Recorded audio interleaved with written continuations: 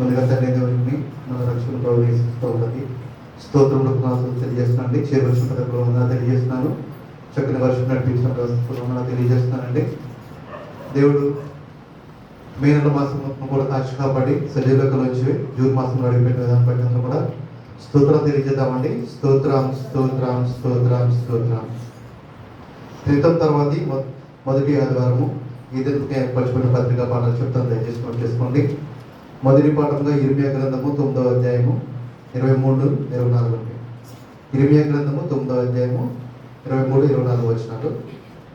రెండవ పాఠంగా మొదటి తిమోతి రాసిన పత్రిక 6వ అధ్యాయము 6-19 వరకు అండి.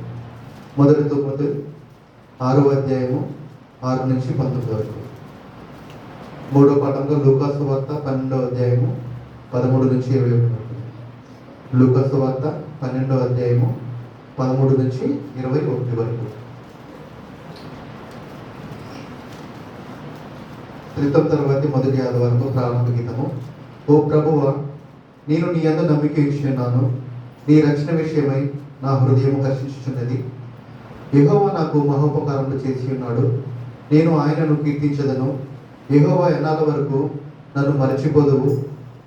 నాకెంతకాలము వికునవి ఉందువు? సంగ్రహ ప్రార్థన. నిన్ను నమ్మిన వారినందరినీ బలమైన ఓ దేవా, మా ప్రార్థనను కరుణతో చిత్తగించుము.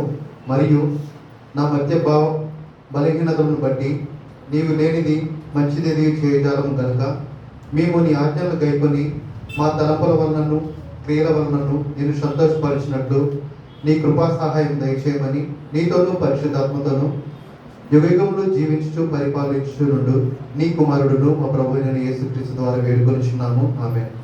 ఉద్గమన గీతము. యెహోవా, నీ దృష్టి ఎదుట నేను పాపం చేసి ఉన్నాను, నన్ను కరుణింపుము, నా ప్రాణమును స్వస్థపరచుము అని మనవి చేసి తిని. బేదలను కటాక్షించేవాడు ధన్యుడు. ఆపత్కాలమందు యెహోవాను తప్పించును. హల్లెలూయా హల్లెలూయా. యెహోవా నా దేవా, నేను నీ శరణు చూసి ఉన్నాను.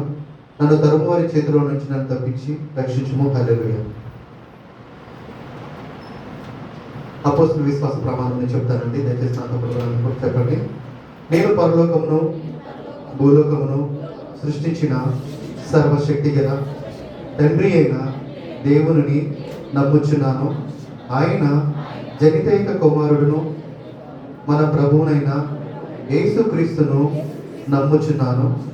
ఈయన పరిశుద్ధాత్మ చేత గర్భమున ధరింపబడి కన్య అయిన మరియ నుండి పుట్టి పొంతి పిలాతు క్రింద శ్రమపడి సిలువ వేయబడి చనిపోయి సమాధి చేయబడిననియు పాతాళంలోనికి దిగి చనిపోయిన వారిలో నుండి మూడవ దినమందు లేచి పరలోకమునకెక్కి సర్వశక్తి గల తండ్రి అయిన దేవుని కుడి చేతి వైపు కూర్చుని ఉన్నాడనియు జీవించు వారికి చనిపోయిన వారికి న్యాయం తీర్చుటకు అక్కడ నుండి వచ్చిననియు నమ్ముచున్నాను.